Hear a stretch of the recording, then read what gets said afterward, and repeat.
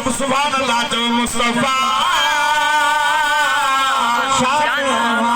जो शाहिया ताई हेड़ी रब तो जहरी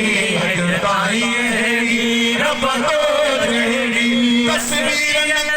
जी ठाहिया मुस्तफा शान जो शाहिया मुस्तफा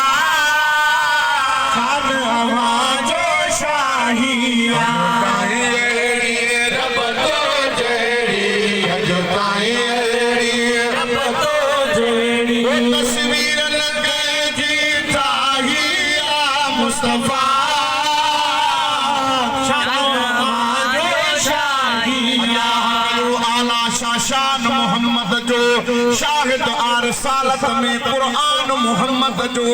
जन्नत न कपे मुखे जन्नत के कदुशामा जन्नत का मथिया ऐवान मोहम्मद जो सगबड़ जी मदीने जी घिटने में पयो हुदुस इन तरह वनी थी दुश्मा मेहमान मोहम्मद जो ये छो न चवा ते दाद ना मथिया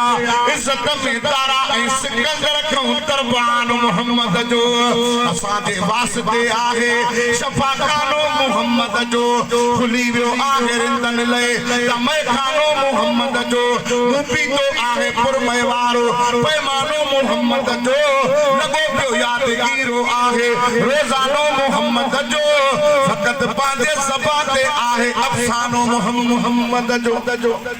मदीने में वनी मां नौकरी जा शाह शाहाजी मुहारा खाक दाढ़ी असा संदस रोजे जे ऐवानी नमस्तान में मूसा आहे हाजत का जुलेखा जी वो मस्तानी यूसुफ जी मां मस्तानो मोहम्मद जी मोहब्बत देश में परदेश में आगे कबो खुशमार की वांगे हथे वेखे समय आगे नहीं दीवान की मुंह आगे मजनू के समय आगे दीवानो लैला जो मां दीवानो मोहम्मद जो सुभान अल्लाह तेरी पाबंदी आजा बड़ा महबूब जो शाना खुली करे महफिल में सरकार जो जिक्र हुजे आई मोमिन की खुशी न थे सुभान अल्लाह अल्लाह जो जिक्र भी हुजूर की खुशी भी महफिल वारन की हौसला अफजाई तो बाबा हिनन के नाक में बने सुभान अल्लाह जो आवाज हुजे महफिल जो हर कई जो पांजो अंदाज होंदो आ दिसो का सियासी महफिल हुंदी आ उन में मानू नारा हणदो आ जे पार्टी जो हुजे जे जो भी हुजे पर नारा हणदो ये तो हुजूर की महफिल आ तवा असा के दिनी जहानन में इहो जिक्र कामयाब करो सुभान अल्लाह में कोताई न हुजे सवा स्पीड ते दोहिड़ो प्रेज़ेंट सुभान अल्लाह न कई मिनट में कई न कई ये तवज्जो हुजे महफिल मुस्तफा शान जो शाहिया रब तो जहरी ताई रब तो जहरी तस्वीर न कहरी चाहिया मुस्तफा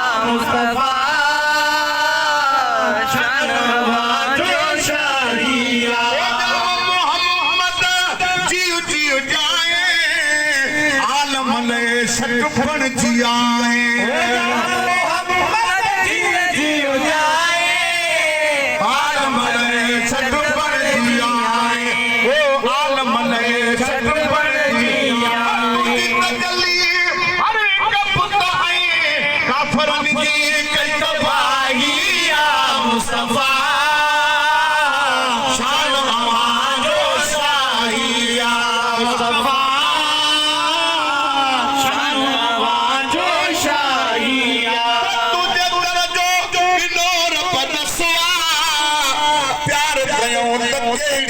रसवा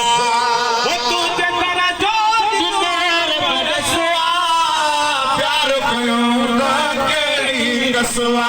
प्यार कयूं दा केड़ी कसवा दिते उल फतह मोहम्मद आला राज इलाही या मुस्तफा शान जो शाहिया मुस्तफा शान जो शाहिया पहुंचे मदीने ओवत शलही हाजी गुलाम नबी है जो गजल ही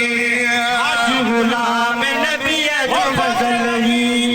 ओवत शलही हाजी गुलाम नबी है जो गजल ही ओ मेरो मदो नबी तुझे वचन आई तो फिरे जो मदाही या मुस्तफा शानो जो शाहिया मुस्तफा शानो जो शाहिया कायरी रब तो जेड़ी कायरी रब तो जेड़ी तसी